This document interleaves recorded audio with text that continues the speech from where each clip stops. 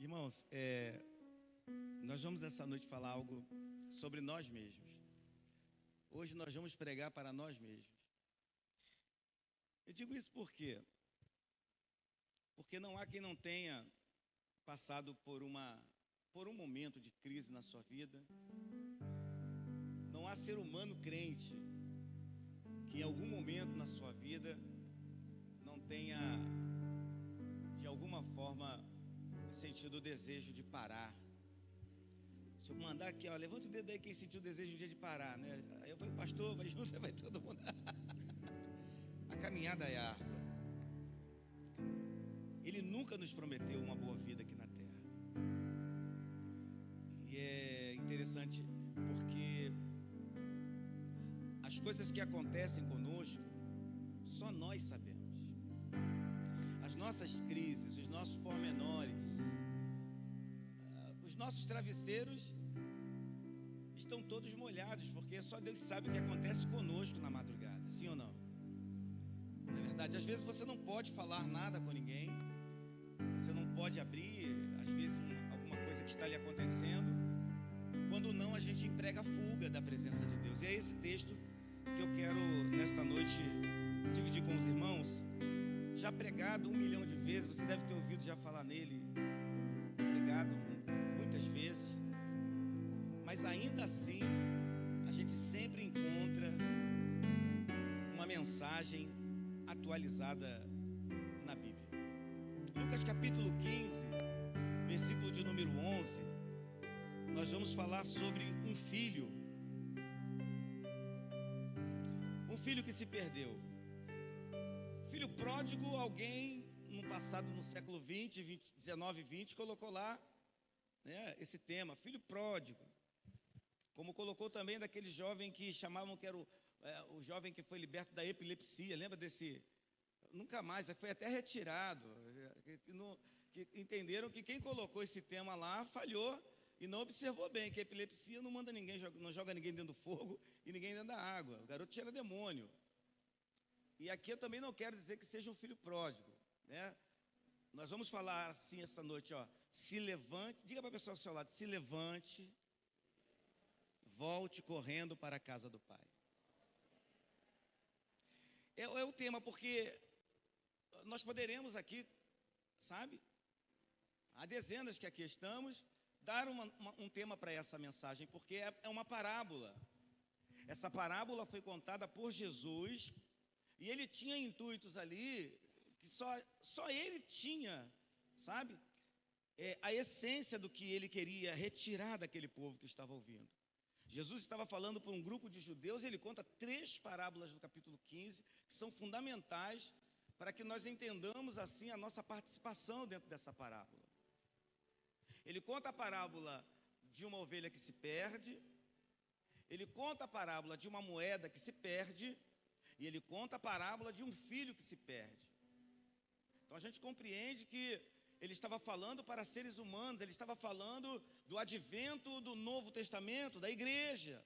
Esse filho mais moço é o judeu que se converteu e que saiu de dentro da casa, abandonou as estruturas da sua casa. Se ele é pródigo ou não, a gente vai entender nas entrelinhas. Se nós somos pródigos ou não, nós iremos entender nas nossas entrelinhas. Mas o texto ele é verídico, ele é um texto profundo, são verdades escondidas, ocultas, que Jesus conseguiu trazer à tona, mostrando que uma ovelha que se perde é um animal irracional. Então, a possibilidade de um animal irracional se perder é grande. Você pode sair com seu cachorrinho e esquecer ele em algum parque e nunca mais vê-lo, pois ele não sabe voltar para casa. E uma moeda, você pode perder uma moeda, uma grande quantidade de dinheiro. Eu conheço gente que já perdeu peça, joia dentro de casa e nunca mais encontrou. E a joia é um objeto também, ela foi perdida por alguém. Mas o filho não, o filho é um ser humano. O filho é o homem que tem razão, que tem intelecto, que sabe o que está fazendo. E aí, quando eu digo que nós vamos pregar para nós mesmos, é porque nós precisamos mergulhar na vida do filho pródigo e fazer uma comparação com a nossa vida aqui esta noite, para que possamos entender o que Deus quer falar conosco, porque Ele já falou comigo aqui esta noite. Diz assim o texto, versículo 11 até o 20, capítulo 15 de Lucas. Fiz um achado aqui tremendo também, que eu vou dividir com os irmãos, dentro de uma exegese que eu fiz pura do texto. E disse: um certo homem tinha 2 filhos, e o mais moço deles disse ao pai: pai, dá-me a parte que me cabe da minha fazenda. E ele repartiu por eles a fazenda. E poucos dias depois, o filho mais novo, ajuntando tudo, partiu para uma terra longínqua, e ali desperdiçou a sua fazenda, vivendo dissolutamente. E havendo ele gastado tudo, houve naquela terra uma grande fome, e começou ele a padecer necessidades, e foi e se chegou a um dos cidadãos daquela terra, o qual mandou para os seus campos, ou seus campos, para que apacentasse porcos. E desejava ele encher o seu estômago com as bolotas, com as alfarrobas que os porcos comiam. Em algumas traduções, as vagens que os porcos comiam. E ninguém lhe dava nada. Caindo em si, disse: quantos trabalhadores de meu pai têm abundância de pão, e eu aqui pereço fome? Levantar-me-ei e irei ter com meu pai e dir-lhe-ei: pai, pequei contra o céu e perante ti, já não sou digno de ser chamado teu filho. Faze-me como um dos teus trabalhadores. E levantando-se foi para o seu pai. E quando ainda estava ao longe, o seu pai o viu e se moveu de íntima compaixão, e correndo lançou-se-lhes ao pescoço e o beijou. Amém, igreja? Até aqui. Essas parábolas são parábolas profundas, irmãos, que mexe num lado nosso que fica às vezes bem resguardado, que é o nosso lado emocional. É interessante a gente fazer um apanhado sobre essa parábola, porque existem alguns fatos aqui importantes. Por que eu digo isso? Eu digo isso porque esse jovem estava dentro da casa do seu pai, dentro da sua família, e ele tinha um irmão mais velho.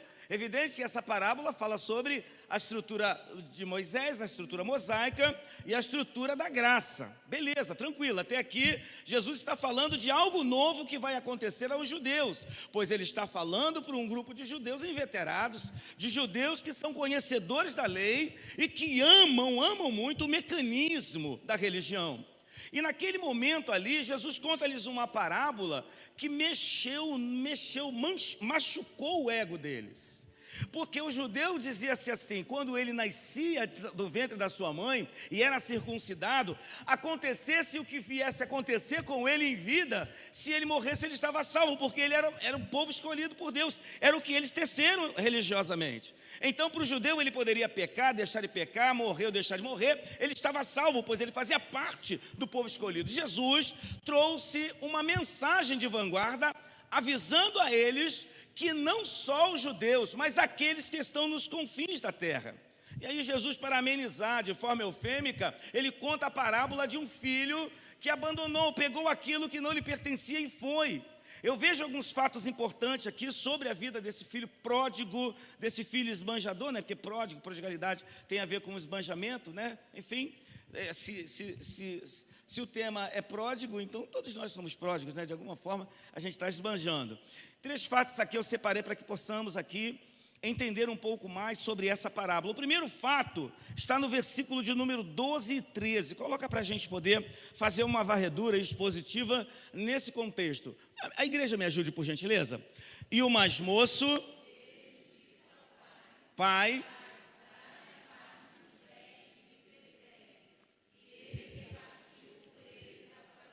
no 13, poucos dias depois, o filho mais novo, ajuntando tudo, partiu para uma terra longínqua e ali desperdiçou os seus bens, vivendo solutamente. O texto grego fala que ele se prostituiu literalmente. Ele ajuntou tudo. Nós começamos a compreender que ele estava dentro da casa do pai, e ali, semioticamente, a parábola está falando do templo, está falando da religião. Nós podemos falar da igreja, sem perda semântica nenhuma disso aqui. A sinagoga e o templo representavam aquele tempo, o ajuntamento. E depois que a igreja foi elaborada, fundada e oficializada, os templos onde as igrejas atuam pode ser comparado a essa parábola. A casa do Pai é a igreja, é o lugar onde há comida, onde há estrutura. Mas esse filho, preste atenção, mesmo estando ali, vivendo de uma forma estabilizada, estável, tinha tudo, ele estava com o coração lá no mundo.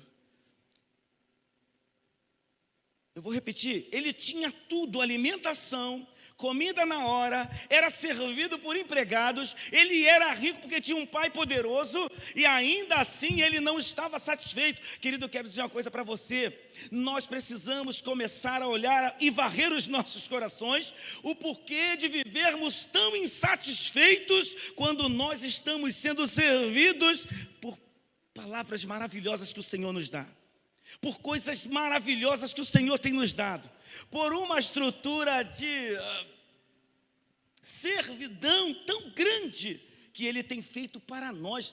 Deus tem nos servido, e ainda assim você consegue passar por essas portas insatisfeita com alguma coisa. Eu quero te fazer uma pergunta: o que nós merecemos? Nós não merecemos nem estar aqui sentado esta noite falando em nome de Jesus.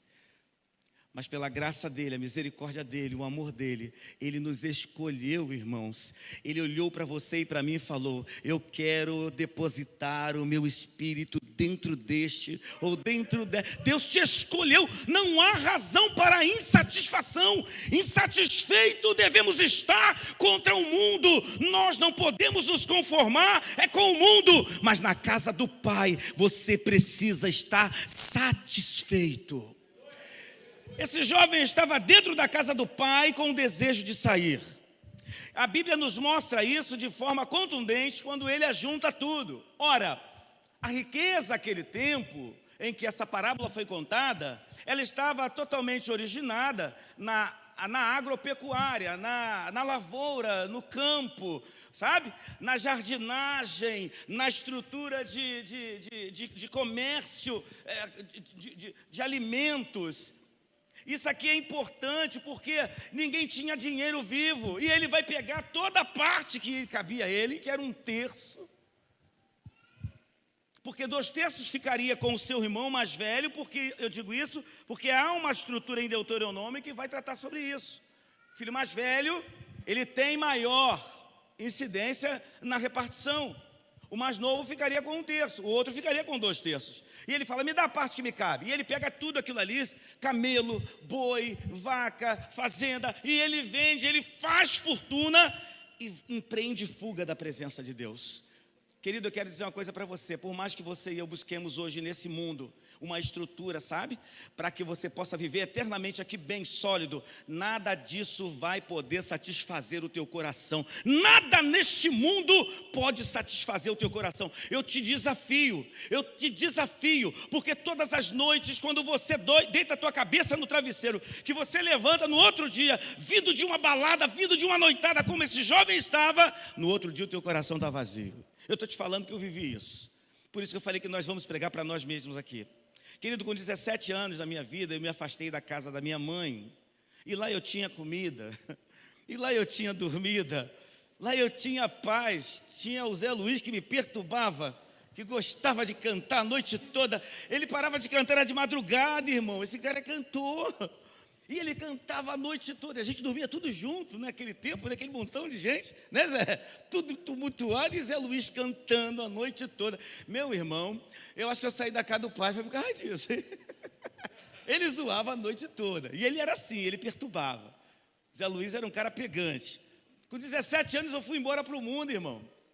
Eu passei 5 anos de escuridão. Meus irmãos, minha mãe não sabia por onde eu andava.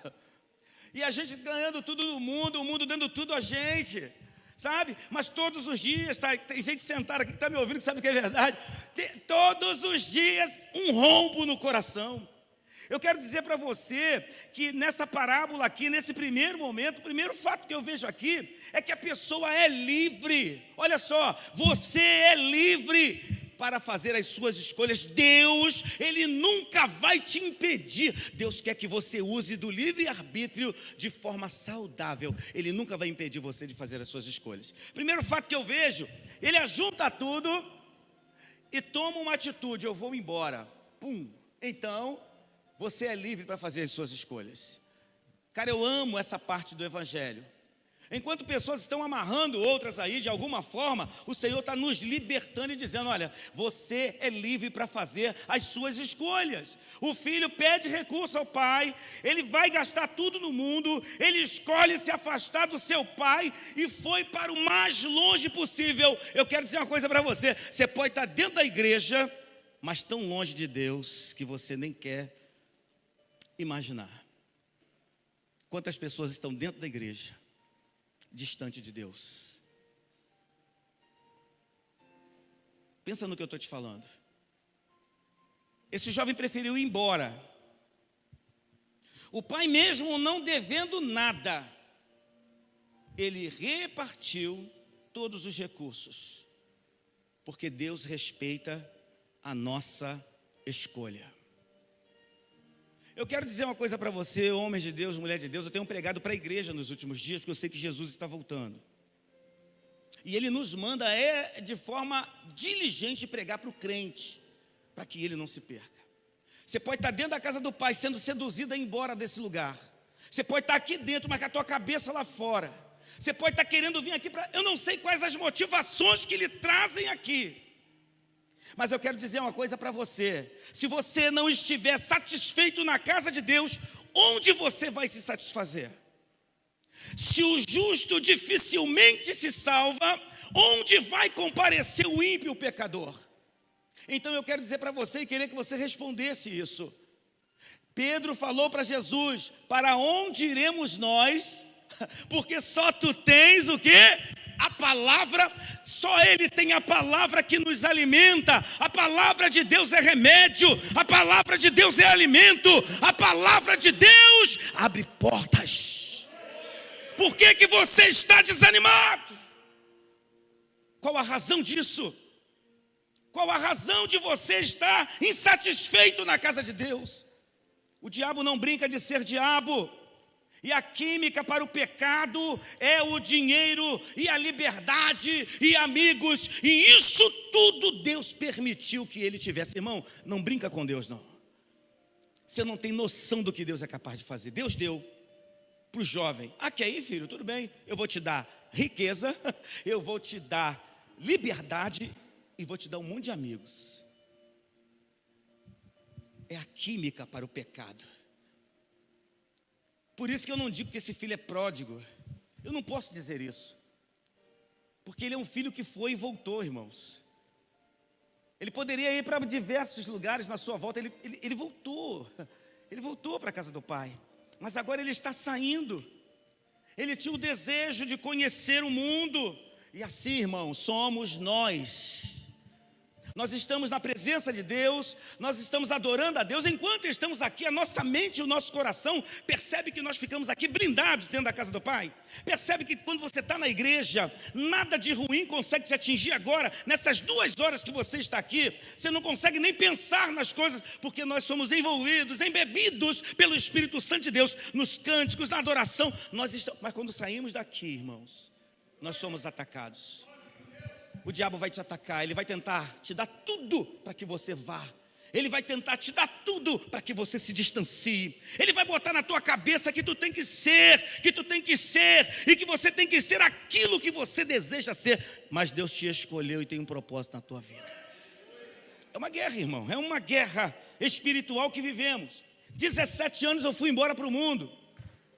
17 anos eu conheci o mundo. E me arrependo até hoje, pois eu trago as marcas do mundo na minha vida, as consequências do mundo na minha vida.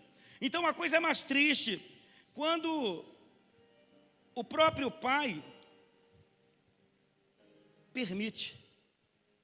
Vocês não têm medo disso, não? O pai não falou: não, meu filho, fica aqui, minha filha. Não, protege. Não. Ele deu foi tudo.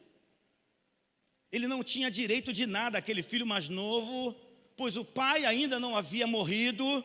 para que ele pudesse receber a sua herança, meu querido. Pai, me dá. Ele já tinha matado o pai dentro do coração, porque ele queria o mundo. Ele não estava respeitando mais o pai, ele não estava mais amando o seu pai, nem a sua mãe, que não é contada na parábola por causa do contexto cultural. Ele não estava nem aí mais para eles. Diga para o irmão que está ao seu lado: o pecado é egoísta. Meu irmão, o pecado é egoísta. Uma pessoa que quer pecar, uma pessoa que está com o objetivo de pecar, dificilmente você vai conseguir reverter esse quadro. Só se Deus não intervir. Só se Deus intervir. Porque ela já colocou no coração, ela não ouve mais. Ela vai ouvir a palavra de Deus, os louvores lindos, mas ela não vai, ela está cega, ela está empedernecida, o coração é uma pedra, não tem palavra que entre ali. Sabe quando ela vai abrir os olhos? Eu vou te dizer para você. Por quê? Porque nós estamos olhando aqui esse contexto dessa livre escolha dele, e ele escolheu aquilo que agradava o seu próprio coração. Era a vontade de Deus que ele saísse da casa do pai? Era? Sim ou não? Não. Era a vontade dele. E aqui está um tiro no calvinismo. Isso aqui é um tiro no calvinismo. Por que eu estou dizendo isso? Porque Deus está respeitando o livre-arbítrio dele. Pode ir, toma dinheiro, toma tudo, vá, meu filho. O pai não saiu nem no portão, ficou triste esperando ele, mas liberou ele para ele ir embora. Existem corações duros, irmãos, pessoas duras de coração, que terão que ir, para que elas possam aprender e ter as suas próprias experiências com Deus. Tem coisa que não dá para segurar. Eu estava falando esses dias com a Cleide sobre isso. Então, ele já havia planejado tudo, ele já havia computado tudo, ele já havia avisado até os amigos. De repente mandou uma mensagem pelo WhatsApp: ó, estou chegando aí cheio de dinheiro, hein? Ah, se tivesse o WhatsApp naquele... Se é parábola, eu posso colocar o WhatsApp lá. Posso, é parábola. Então ele passou a mensagem. Ele ajuntou tudo, fez dinheiro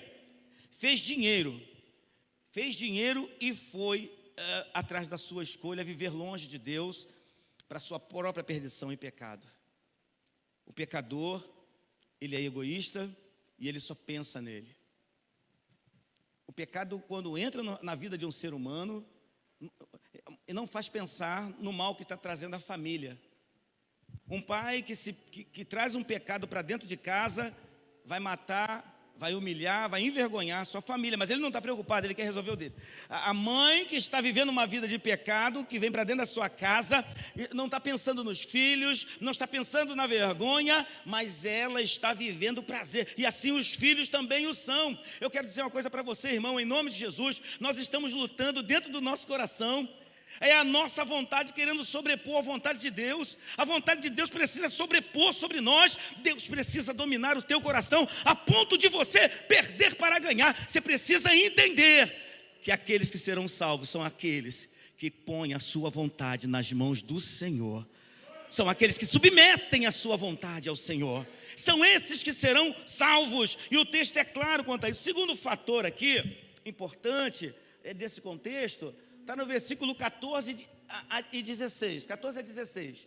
Coloca para a gente aí que a gente pegou mais um fato aqui dessa questão. Me ajudem, por favor. E havendo ele gastado tudo, houve naquela terra e começou a padecer necessidades. E chegou a um dos cidadãos daquela terra, o qual mandou, nem pediu, mandou, ordenou que ele fosse para o campo apacentar os porcos.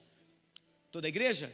E desejava encher com as bolotas e ninguém lhe dava nada. Segundo fato ou fator é que assim como Deus respeita as nossas escolhas, eu queria que você soubesse que toda má escolha, as consequências chegarão. Cara, isso é a lei da vida. Gálatas 6,7 diz: tudo que o homem semear, ele vai... Não tem como. Se você semeia manga, você vai colher manga, irmão. Se você semeia uva, você vai colher uva. Não tem como você semear uma coisa e colher outra. Se você tomou a decisão de viver numa vida de pecado longe de Deus, você vai colher isso, uma hora isso vai chegar para você. E Jesus é categórico, porque ele está mostrando as consequências de uma escolha, de uma má escolha, melhor dizendo. E aqui ele diz, olha, que o pai, longe dele, já não estava mais perto dele. Depois que ele gastou o último real, a fome entrou. Olha como Deus faz. Quando ele gastou o último real, que dava para comprar hoje 2 pãezinhos, né? 50 centavos. Quando ele gastou o último real dele, a fome na terra chegou, justamente onde ele estava. Sabe por quê? O nosso pecado vai nos achar.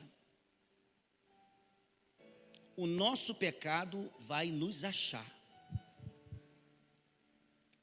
Porque Deus, ele está percorrendo os olhos sobre toda a terra e ele conhece seu povo.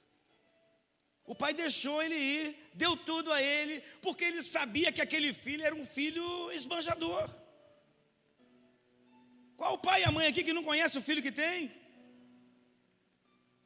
Não adiantava bater de frente com ele, porque ele ia levantar o calcanhar para o pai, e talvez ia bater no pai para tomar aquilo. O pai preferiu dá-lo. Mas aquilo vai gerar uma consequência. Sabe por que o pai, na hora da saída, não foi atrás do filho? Alguém se habilita a responder?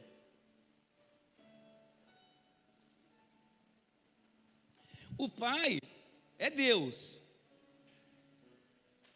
Filhos somos nós.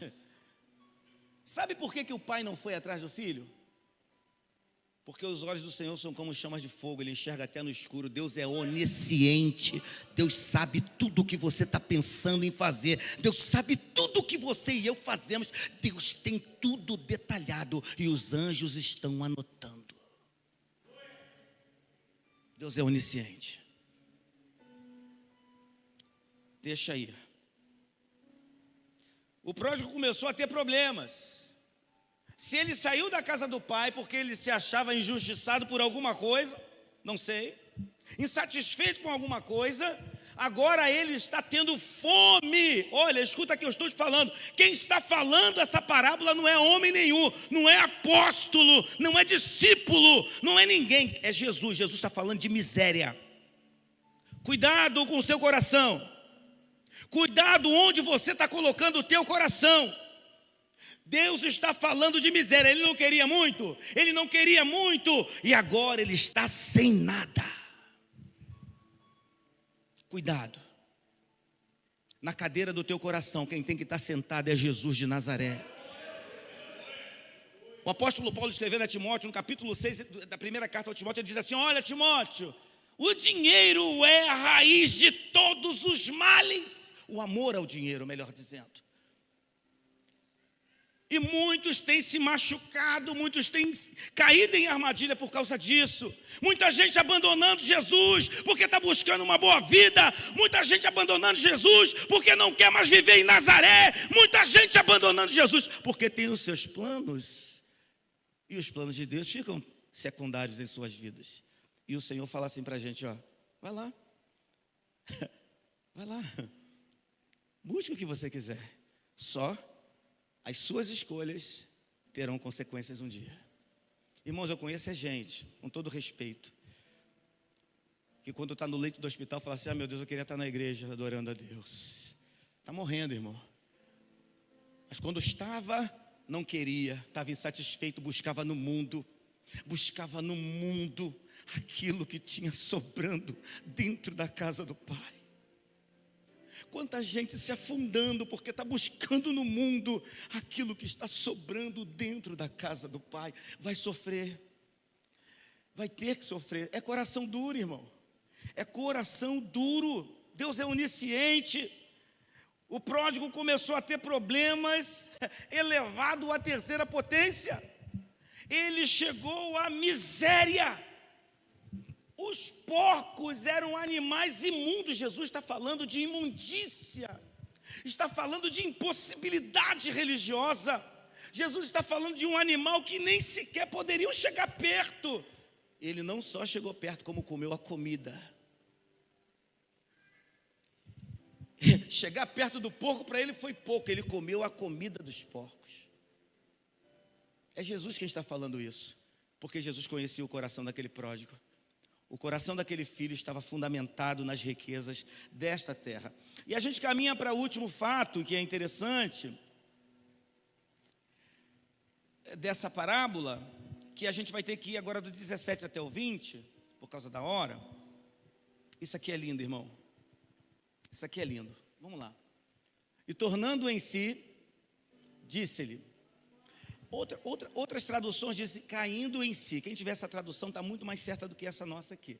E tornando em si, disse: quantos empregados de meu pai têm o quê? Abundância de pão, e eu aqui pereço fome. Levantar-me-ei e irei ter com meu pai, e dir-lhe-ei: pai, pequei contra o céu e perante ti. Já não sou digno de ser chamado teu filho. Faze-me como um dos teus empregados. E levantando-se foi ao pai. E ao longe seu pai o viu e se moveu de íntima compaixão. E correndo lançou os filhos ao pescoço e o beijou. Coisa linda. Caindo em si. Ora, irmão, se ele caiu em si, é porque ele estava fora de si. Pecado é loucura, querido. Pecado é loucura. Pecado é loucura. É mente possessa. Quando ele caiu em si, que ele viu que ele estava naquela miséria. Lá no versículo 17, 18, ele ensaia a sua volta. E aqui o terceiro fato importante, e é o que eu queria levantar aqui para os irmãos, é justamente que quando se fala, no versículo 24, que este meu filho que estava morto reviveu, esse jogo de palavras que não é minha, é de Jesus, fala de necrós e anastasis. Estava morto, necrós, reviveu, anastasis. Anastasis no grego, a tradução sabe o que é, irmão? Não é levantar não, é ressurreição. É ressurgir dentre os mortos. Jesus está falando de uma morte espiritual em que ele havia caído por causa do pecado que entrou nele e o deixou louco, insano. E ele, quando viu aquilo, que ele estava comendo bolotas. Irmão, quando você vem aqui, na Vila Aliança evangelizando, os meninos do radinho que fica ali, eles te pedem R$1 para comer pão, tem noção? Tem um ali que é presbítero, ex-presbítero, e eu olho para ele e falo: Farão. Ele baixa a cabeça, muito respeitador. O pecado veio para destruir a vida de todo ser humano crente, porque quem está no mundo já está perdido, querido. Então nós que estamos aqui esta noite precisamos fazer uma reflexão sobre a nossa vida que estamos levando, porque não existe pecadinho nem pecadão. Eu não sei o que está acontecendo, mas o Senhor está passando hoje com os seus olhos sobre a igreja e Ele está dizendo para nós: tem gente precisando ressuscitar aqui esta noite. Está morto. Está morto. E aí é interessante porque esse jogo de palavra, eu fui em Lucas 5:24, eu fui em Lucas 7:14, eu fui em Lucas 8:54, e a estrutura frasal é a mesma, legou egeire, para falar de levantar. Mas quando ele chega em Lucas capítulo 15, que nós acabamos de ler aqui, e quando o pai fala lá: olha, esse meu filho que estava morto reviveu, ele está falando, não é de levantar, mas é de ressurreição. Muda o texto de egeires, vai para anastasis. Então o levantar, que é o verbo levantar normal, levanta, senta, né? Esse levantar físico não aparece aqui em Lucas capítulo 15. O levantar aqui é a ideia daquele que está ressuscitando dos mortos. Quando ele percebe que ele está fragmentado, arrebentado, quando ele vê que ele não tem mais jeito, ele fala: eu vou para a casa do pai. Quando ele chega na casa do pai, e o pai o vê e abre o coração com íntima compaixão, porque seu filho estava todo arrebentado. Aí naquele momento ele fala: esse meu filho, mata o bezerro para ele, porque esse meu filho que estava morto, necros, anastasis, ressuscitou. Não poderia ser morte física nem morte espiritual. Sequer ele fala de morte espiritual, que é thanatos no grego. Ele fala de uma morte física, porque ele estava padecendo. Ele estava todo arrebentado. O pai está olhando o filho todo fedorento, todo rasgado, todo sujo, cabeludo, desconcertado. E manda imediatamente, trocar a roupa dele. Manda botar sandália no pé dele, manda colocar anel no dedo dele, porque ele estava desfigurado, irmão. O pecado, ele desfigura a imagem e semelhança de Deus, que somos nós. Nesta noite, precisamos entender que precisamos confessar os nossos pecados. O Senhor quer te levantar nesta noite. O Senhor quer te levantar esta noite. E aí, ele estava morto espiritualmente, mas pelo uso da razão, olha que interessante, como tudo é racional, eu escolho pecar, mas eu escolho sair do pecado. Não tem ação sobrenatural aqui. Quando ele despertou, levantar-me-ei e direi a meu pai: Pai, pequei contra o? Primeiro, o nosso pecado fere a Deus. O meu pecado, o seu pecado fere a Deus. Você está ferindo a Deus, você está machucando a Deus, você está humilhando Deus, você está entristecendo Jesus. E depois ele diz: pequei contra ti. Irmão, em nome de Jesus, esta noite é uma noite de derramamento de graça nesta casa.